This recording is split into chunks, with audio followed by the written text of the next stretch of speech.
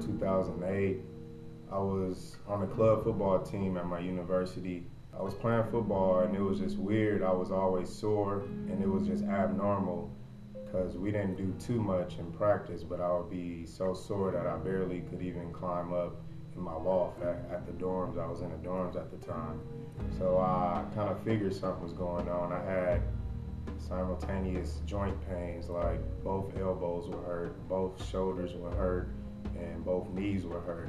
I couldn't explain it, and my hands would be numb because somehow my nerves were being affected, so I knew something was not right. After seeing a physician, he did some tests. He didn't really come to a conclusion, but he knew that it was further than the normal.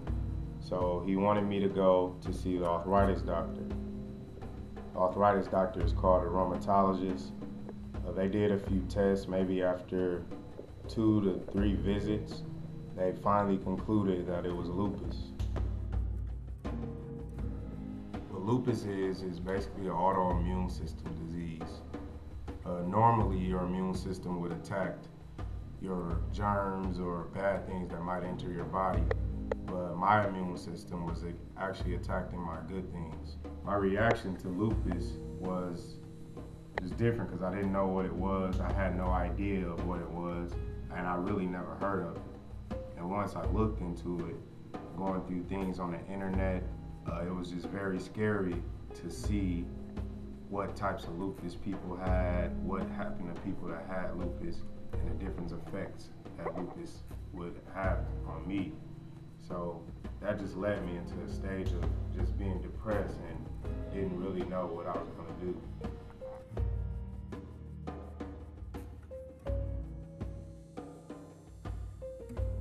Throughout all this time, my family was 900 miles away in South Carolina.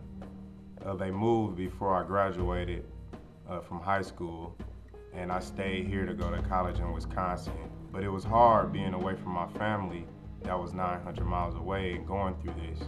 And it was hard to tell them. Once I told them, it was a shock to them too, because they barely knew what it was.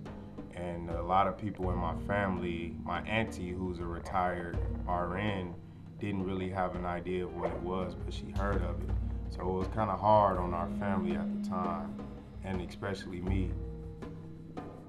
It was in November, so that was toward the end of the semester, and it was getting around time of final exams and just getting ready to close the semester off.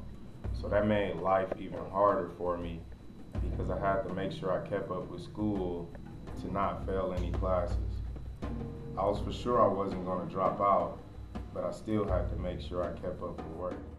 After about 2 weeks of just being depressed and just not doing anything, not going anywhere, not doing any work or even eating, I finally decided that I was just going to take it on.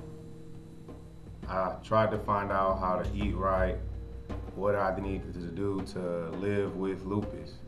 I found books to read, found websites that I can go to, and talk to certain people that could help encourage me.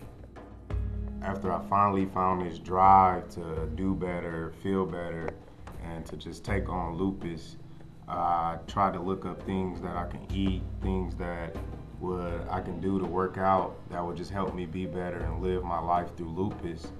But all throughout this time where I'm building up this drive is when lupus was attacking my brain. And your brain is a kind of weird thing to attack because I really didn't know anything was wrong. I just felt like I was feeling good. I felt like everything was good. I was a little hyper at times and excited just about life and everything about life, but I really didn't know anything was wrong. The main person that knew I was just going crazy was my girlfriend at the time, because I was with her all the time, of course. And my dad talked to me and my aunt. They were the main 3 that knew something was wrong. When they found out something was really wrong, they wanted me to go to the emergency room. I was really upset because I didn't think anything was wrong. I thought I was just being normal, and I thought everything was okay. So I finally decided to go. I was mad at all 3 of them because they made me go. I got upset with a lot of people at the doctor, at the hospital, and everything was just real crazy. After I was admitted into the hospital, that was just a movie in itself. I went through so many crazy phases. I cussed out doctors, my girlfriend, my dad, my auntie, just because I thought that I shouldn't be there. So it was just my mind just was thinking that everything was okay when everyone else around me knew that it wasn't, because normally, of course, I would never cuss out my dad or anyone else. So after being in there for 2 weeks, they did so many tests to finally figure out what was actually going wrong with my lupus. After I finally got out the hospital, it was just weird trying to come back down to earth. I had to adjust back to the normal way I was. Going crazy isn't the norm, so it was hard to just come back down to earth and get back to life.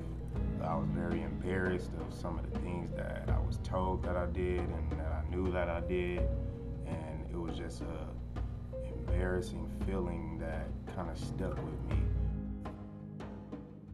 After about a year, I finally felt like I was back down to normal.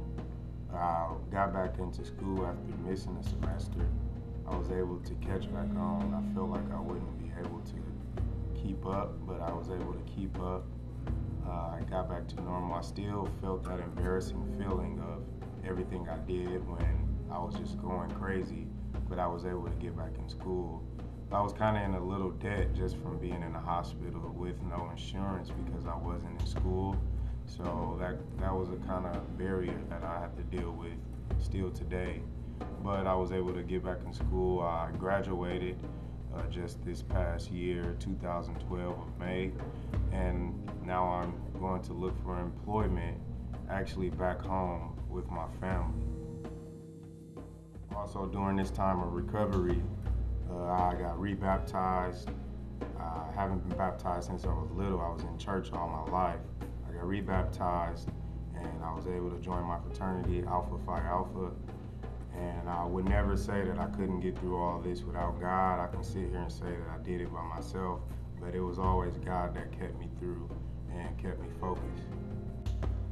Remember, it's never too late to be what you might have been.